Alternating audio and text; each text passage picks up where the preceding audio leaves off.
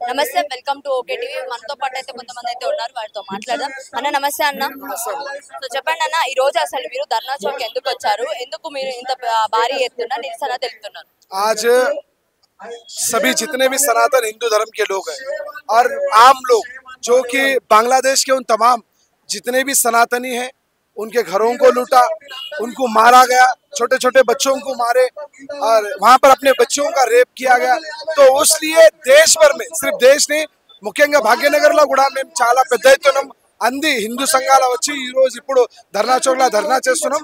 మా డిమాండ్ ఏముంది అంటే బంగ్లాదేశ్ లో ఎవరైతే హిందూ సనాతన హిందువులు ఉన్నారో అందరూ కూడా సేఫ్ ఉండాలి. ఒకవేళ మాతోని సపోర్ట్ కావాలంటే దేశం కూడా మీకు సపోర్ట్ చేస్తానని మేము ఒక మాట చెప్తున్నాం. అన్న అంటే ఎందుకు ఓన్లీ మహిళల మీద పడి మరి అత్యాచారాలు చేస్తున్నారు వీళ్ళు? బంగ్లాదేశ్ కానీ మేడం, బంగ్లాదేశ్, పాకిస్తాన్, శ్రీలంక, ఫిలిస్తీన్ ఈ అన్ని దేశాలు ఓన్లీ ఫర్ మహిళల పైన టార్చర్ చేస్తారు. అక్కడ మనుషులు లేదు. అక్కడ ఒకవేళ మనుషులు ఉంటే ఎందుకు మన ఒక అమ్మాయిలకి ఎంత దాడి చేస్తున్నారు? అదే ఎందుకంటే బంగ్లాదేశ్ లో కూడా అదే పరిస్థితి ఇప్పుడు ఉంది మేడం.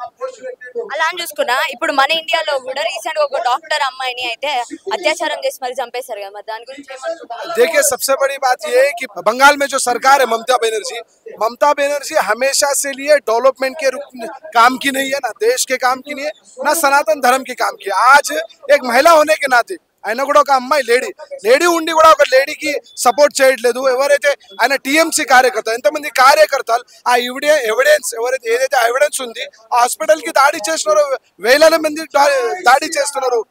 మమతా బెనర్జీ ఇప్పుడైనా ఫెయిల్ ఉంది. చాలా బాధాకరం ఉంది ఈ విషయం.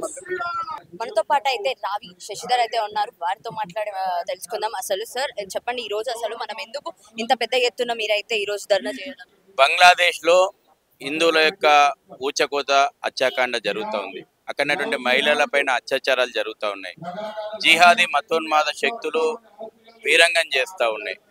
బంగ్లాదేశ్ లోపల ఉన్నటువంటి హిందువుల పైన సామూహికమైనటువంటి అత్యాచారాలకు హత్యలకు పాల్పడుతూ ఉన్నారు. అక్కడ దేవాలయాలను ధ్వంసం చేస్తూ ఉన్నారు. హిందువుల యొక్క వ్యాపారాలను ధ్వంసం చేస్తూ ఉన్నారు. హిందువులందరినీ కూడా బంగ్లాదేశ్ నుంచి వెళ్ళగొట్టుతాము, ప్రాణాలను హరిస్తామని చెప్పేసి వాళ్ళు బాహటంగా బహిరంగంగానే చెప్తా ఉన్నారు.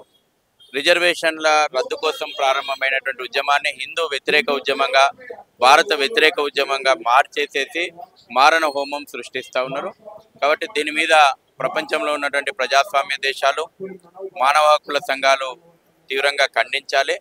భారత ప్రభుత్వం అవసరమైనటువంటి అన్ని చర్యలు తీసుకోవాలని చెప్పి కూడా మేము డిమాండ్ చేస్తున్నాం. అదే సందర్భంలో కూడా భారత్లో కూడా అంతర్గతంగా ఇటువంటి శక్తులు ఉన్నాయి. ఈ దేశ వినాశనాన్ని కోరుకునేటువంటి శక్తులు భారతదేశం లోపల కూడా ఉన్నాయి. బంగ్లాదేశ్ పరిణామాలను మేము భారత్లో కూడా సృష్టిస్తాము అన్నటువంటి మతోన్మాద శక్తుల పట్ల జాగృతతో ఉండాలని హిందూ సమాజానికి అవేర్నెస్ తేవడంలో భాగంగా ఈ రోజు ఈ కార్యక్రమాన్ని చేస్తున్నారు. కానీ ఆడవాళ్ళు కూడా అక్కడ ఉన్న హిందూ ఆడవాళ్ళని హింసిస్తున్నారు కదా, మరి మనం ఏమనుకోవాలి? మతోన్మాద జిహాదీ తీవ్రవాదం వాళ్ళ ఎజెండానే అది. ఈ రోజు కాదు, వేల సంవత్సరాలుగా వాళ్ళ యొక్క హింస ఉన్మాదం ఎట్లుంటుందో ఈ ప్రపంచం మొత్తానికి తెలుసు. ఆ యొక్క హింసోన్మాదాన్ని భరించాలన్నా, ఆ హింసోన్మాదాన్ని తుదిమిట్టించాలన్నా అనేది సమాజం ముందరున్నటువంటి ప్రశ్న. అంటే రిజర్వేషన్స్ లో నుంచి అసలు హిందూస్ మీద ఎందుకు పడి ఉంటారండి? వాళ్ళ ఎజెండా చాలా స్పష్టం. అంతర్గతమైనటువంటి కుమ్ములాటలు, అంతర్గత యుద్ధాలు సృష్టించి అంతిమంగా హిందువులను లక్ష్యం చేసుకోవాలనేటువంటి ఒక ప్రణాళికాబద్ధంగా బంగ్లాదేశ్ లోపల ఆ రకమైనటువంటి ఉద్యమాలు నడిచినాయి. వాళ్ళ లక్ష్యం చాలా స్పష్టం. హిందువులనే టార్గెట్ కిల్లింగ్స్ బంగ్లాదేశ్ లోపల జరుగుతూ ఉన్నాయి. అయితే హిందువులని మనం ఇప్పుడు ఎలా కాపాడుకోవాలి, మరి మన ప్రభుత్వం ఏం చేయాలి అని మీరు అనుకుంటున్నారు? భారత ప్రభుత్వం అన్ని రకాలైనటువంటి చర్యలు తీసుకుంటుంది. ప్రభుత్వ పరంగా అన్ని రకాలైనటువంటి చర్యలు తీసుకుంటున్నారు. అక్కడ ఉన్నటువంటి ప్రభుత్వంతో, తాత్కాలిక ప్రభుత్వంతో ఇప్పటికే సంప్రదింపులు జరుగుతూ ఉన్నాయి. భారతీయ సమాజం కూడా ఈ కష్టకాలం లోపల బంగ్లాదేశీ హిందువులకు అండగా నిలబడాలా. అదే సందర్భంలో కూడా భారత ప్రభుత్వం ఏ చర్య తీసుకున్నా యావత్ భారతీయ సమాజం అండగా నిలవాల్సిన అవసరం ఉంది. అంటే ఈ సంఘటన చూసి మనం చెప్పుకోవచ్చా మరి హిందూస్ యూనిటీగా ఉన్నారా లేరా అనేది ఎట్లా మనము విభజించవచ్చు? బంగ్లాదేశ్ యూనిటీలో హిందువులు సంఘటితమై పోరాడుతూ ఉన్నారు. భారతీయ హిందువులందరూ కూడా వాళ్ళకి సంఘీభావం తెలుపుతున్నారు.